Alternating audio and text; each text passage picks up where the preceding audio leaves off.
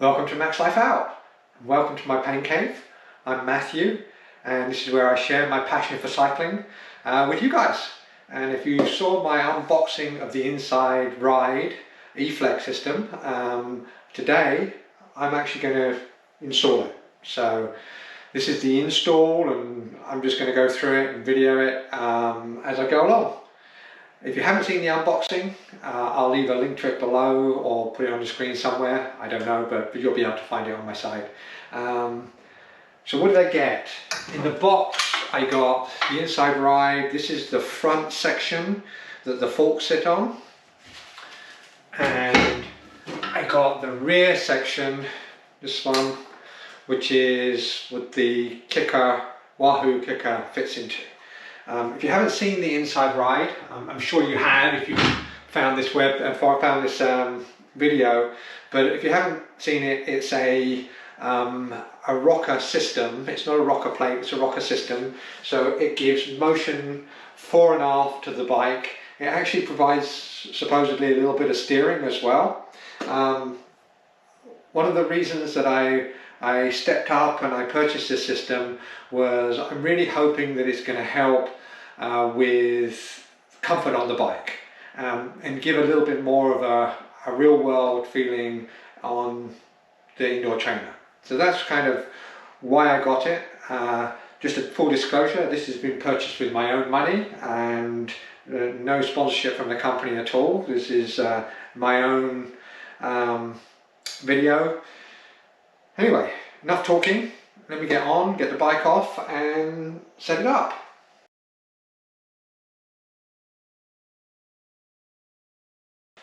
So I'm following along for the instructions on the InsideRide website, and that's what I'm using to set it up. So it looks like the first thing I need to do is prepare the Kickr. So I have to unscrew the two adjustable pads.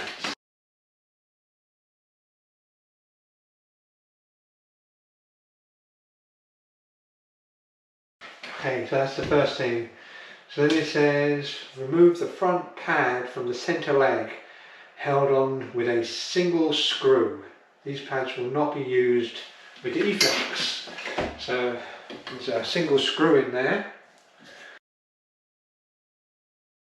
Whoa, that's does not want to come out.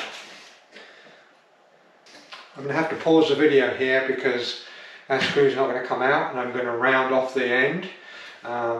So I'll probably get an impact driver to try and get that out without ruining the screw. Okay, I'm back.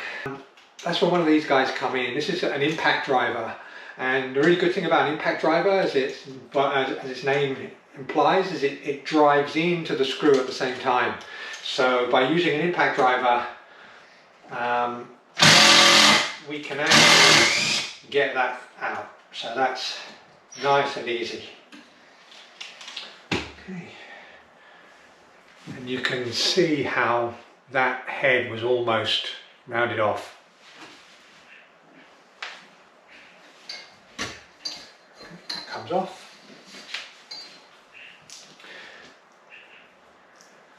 So it says the E-Flex uses an adjustable support arm for different Kickr models years. Adjust the support arm for your model. The Kickr 14 and 18 use the firm position. Kickr 16 and 17 use the soft position. To change the arm's firmness, remove the two mounting bolts and swap ends. Note the E-Flex is shipped in the soft position, identified by the slots as shown in the photo. The other end of the arm is firm and has no slot. Okay. What they're referring to here is this arm here, and they're saying that you remove these two bolts here and turn it round if you want it in the firm position. The firm position doesn't have the slot, so this slot here denotes that this is the soft position. No slot, firm position. Interestingly, so what we're talking about is the Kickr 14 and 18 use the firm position, so this side, and then the Kickr 16 and 17 use the soft position, this side. And it comes obviously, as we can see here, in the soft position. Now obviously you have to go and figure out which model of Kickr you have. So let me go find that and let you know. Right, we're back again. So if you need to find out what type of Kickr you have, you can go to the Wahoo website, and here's where I've gone to on the Wahoo website, and it will tell you which type of Kickr model you have. For me, I'm going to put that down again. If I turn my Kickr up and turn it round to the side, the thing that we're looking at here is, this is a 16 or 17 model. Let's take a look. So the 16 model has a straight section here, and the 17 model has a dip here.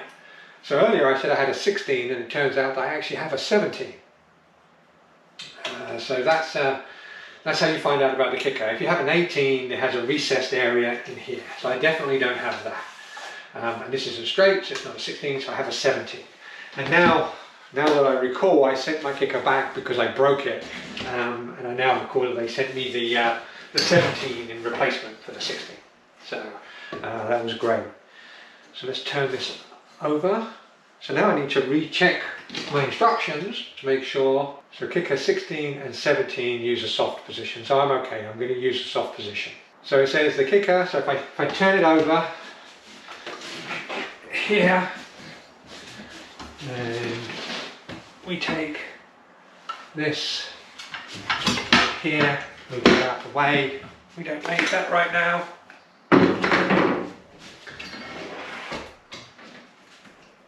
So it says the Kickr is now ready to be installed on the E-Flex frame in the orientation shown. So the orientation shown is taking this, switching it round, putting it on the floor that way. I'll put it on the wood here, and you can see the motion in it here. So it says lower the Kickr into position as shown. The center legs of the Kickr fits into the two receiver saddles on the E-Flex frame. So these are where it will sit in, and these are the two receivers. So we have to basically unscrew these. So, interestingly, these are plastic. I don't know why we provide plastic. That just feels cheap.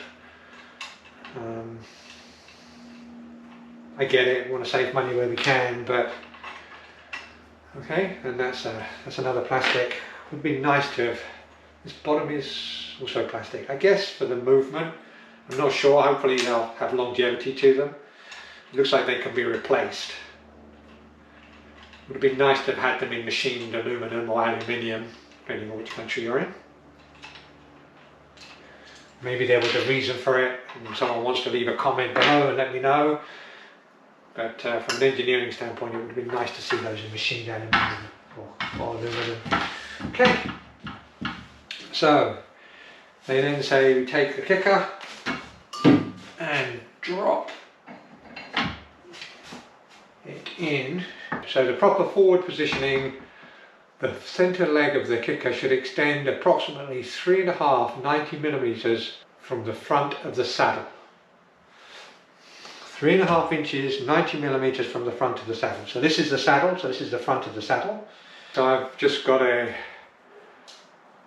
measuring caliper. So we'll use the other side of this, so it should be, okay, so it needs to slide forward. I say that's good. Okay, install the 2 saddle clamps and 4 wing nuts and tighten by hand.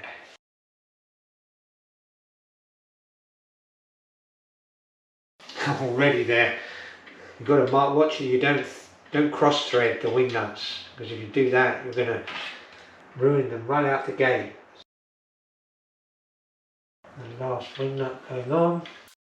So it's tightened by hand. You really have got to be careful here, because there's a gap here. Probably just want to kind of a little bit of a turn each side so you get to a nice tightness. Do not just crank down on one side. There you go. Just try and create an even gap here between these as you put it down in. It says install the 2 saddle clamps and 4 wing nuts and tighten by hand only. Do not over tighten or by using tools. The trainer should still be approximately vertical. So I'd say that was approximately vertical. The perfectionist in me is saying, you know, how do I measure the height between these sides? Does it matter? This kind of goes from side to side by the looks of things. Again, I'm going ahead of the instructions. So the OCD in me is going to just want to move that over a little bit.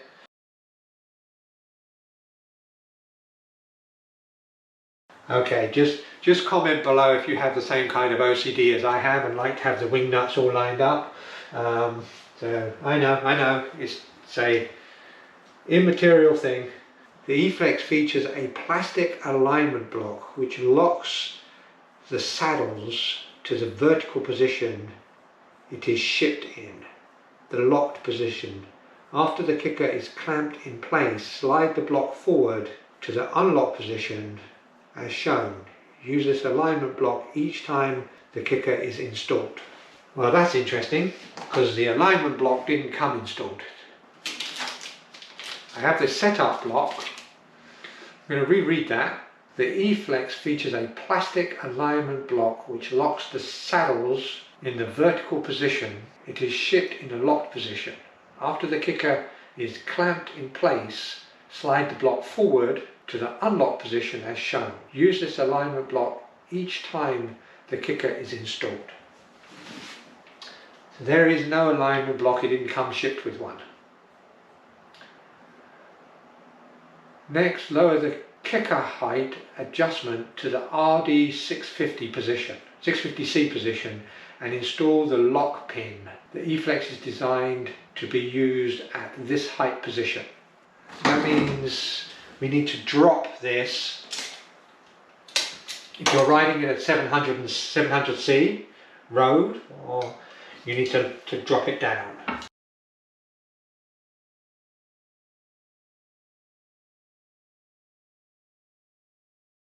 Alright. Now recap. So we put it into saddle, into the 2 saddles here, which have the wing nuts on top. Between the front of the front saddle and the end is a 3.5 inch 90 millimeters to be measured. We've lowered the Kickr down from the 700C position to the 650C position, because that's the position that they tell us and that's what it sits in. And we've taken the legs of the Kickr and we just moved them in. So that's it, all set up now, ready for the bike. It does say in the instructions to leave this slightly loose, but it doesn't make it clear whether it's a through axle or quick release. So we'll see what happens when we put it on the bike. Right now, just looking at it, that's a really nice compact unit. It's actually even smaller than the Kickr. So here we go, let's move that into position.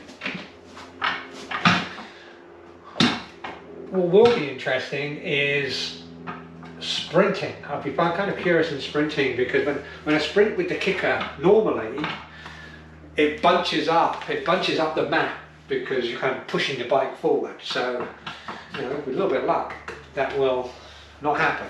Let's go get the bike. So it tells us to leave the front wheel on for the time being. So I'm just going to drop the bike into position. Try and avoid getting my fingers too greasy. There we go, into position. If you're curious, then this is a 20-year-old bike, and I have set it up. I've removed the brakes. This is purely my indoor trainer. You don't need anything too expensive for an indoor trainer, and so weight doesn't matter. I'm actually running 10-speed Shimano Tiagra on it right now, although I will be upgrading that to 11-speed probably 105. I just bought some 105 recently. Okay, so that's definitely leaning to one side, so let's see what the instructions have to say about it.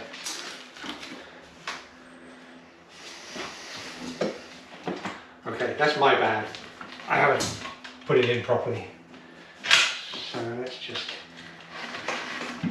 get that in position. I'm just going to put the quick release on.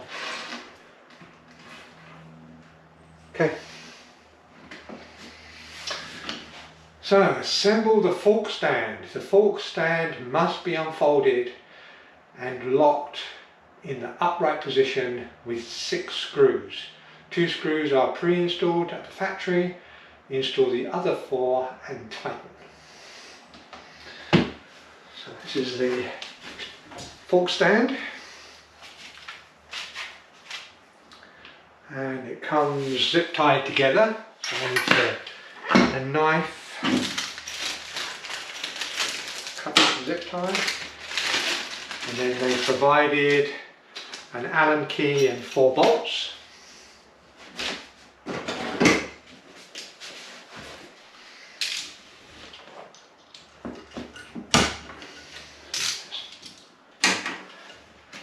Pop that zip tie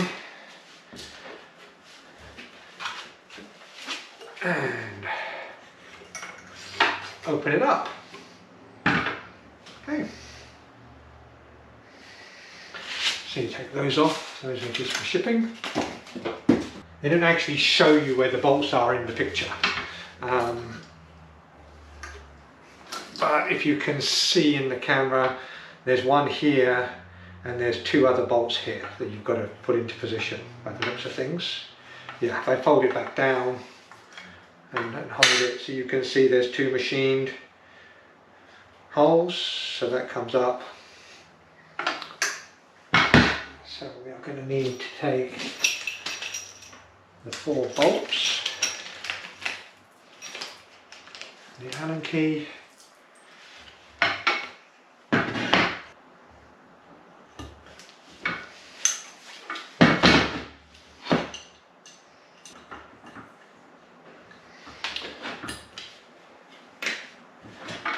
so that's it, all set up. I did check the other ones from the factory as well. So there we go. This is attach the fork stand to the bike. Remove the front wheel and place the E-Flex fork stand under the bike's dropouts. Lower the fork onto the stand and fasten it with either your through axle or standard quick release. The E-Flex is shipped with adapters for standard quick release axles.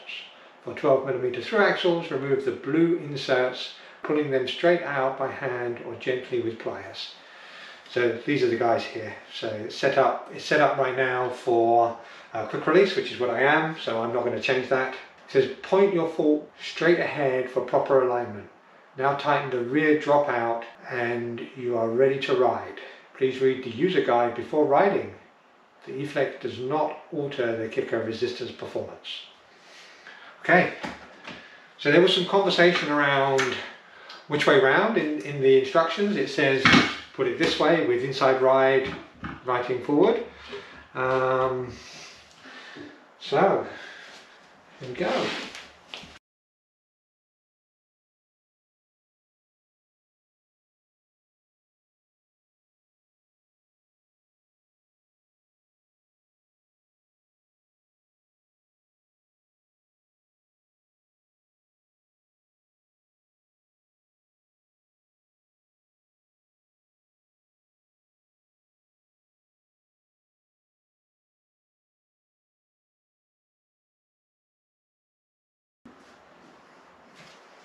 Okay,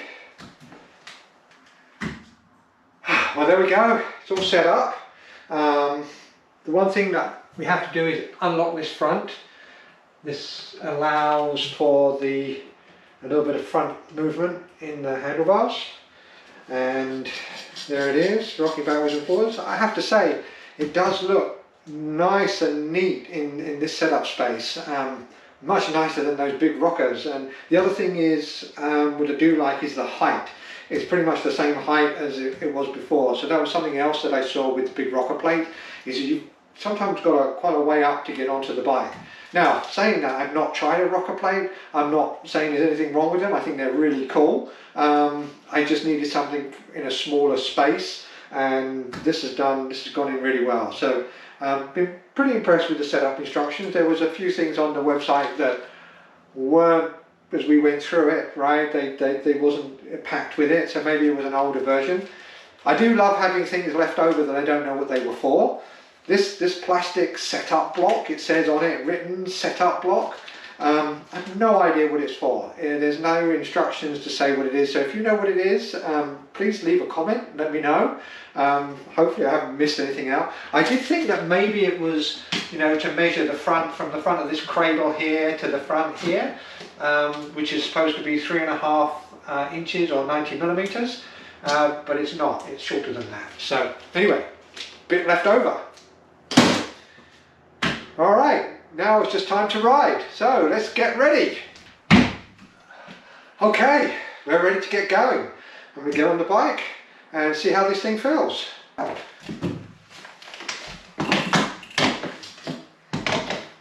I can feel slight movement, and there's the handlebars turning. Just looking down, I can see my forks are not lined up square, so I'm just going to square those up again. So that was a little bit irritating. When I got on the bike, it moved it.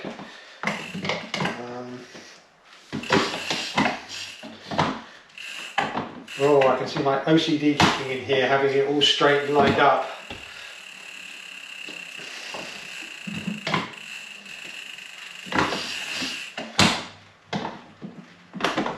I guess it doesn't matter too much because the fork is centering.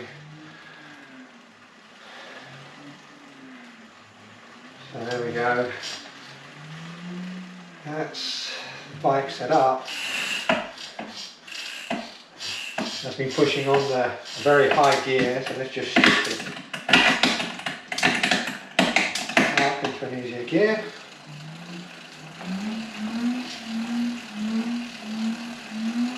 Alright. Yeah, there's definitely movement there. It's not a side to side, it's not a side to side movement, it's more of a twist movement, like that, which is what I've experienced. So this is obviously my first time ever on a rocker system. So I can certainly feel that movement. Let's just up the cadence a little bit.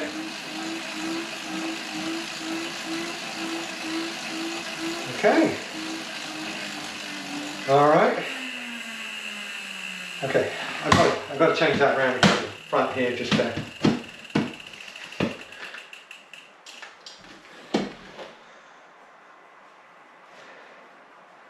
line that all up. So let's go on to Zwift and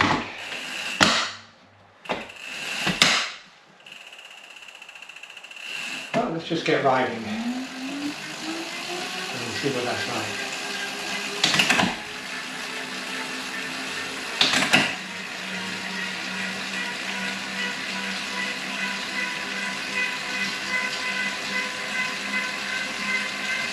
I can definitely feel the before and after movement for sure, which is nice.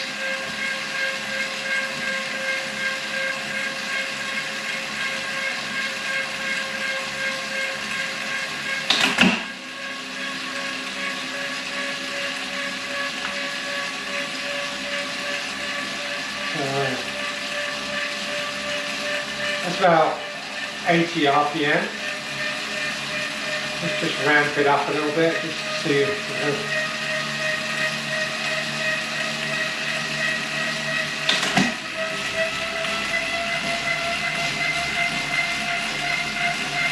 there you go, 84.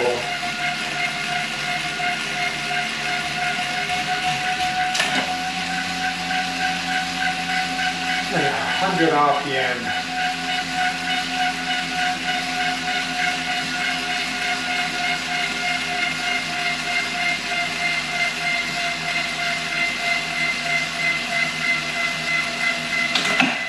Alright, well there you go.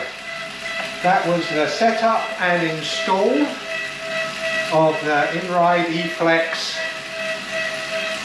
rocker forward aft motion with steering, or handlebar steering, slide steering, and that's kind of the most that we've got. I'll let you know what this is like long term once I've had some races on it. Well, that's the setup and first ride for me of the InsideRide E-Flex fore aft motion rocker system. Now I just need to spend some time on it. I'll probably do a 3-hour ride now, so I have a nice easy one, and then there's a couple of races next week. So after I've had some time on it, I'll come back and share my thoughts on the whole setup. Hope you've enjoyed this video. If you found it helpful or you've liked it, please just drop me a like, drop me any comments you have. Think about clicking on the bell and subscribing. Until next time, keep it safe, keep it rubber side down, and max life out.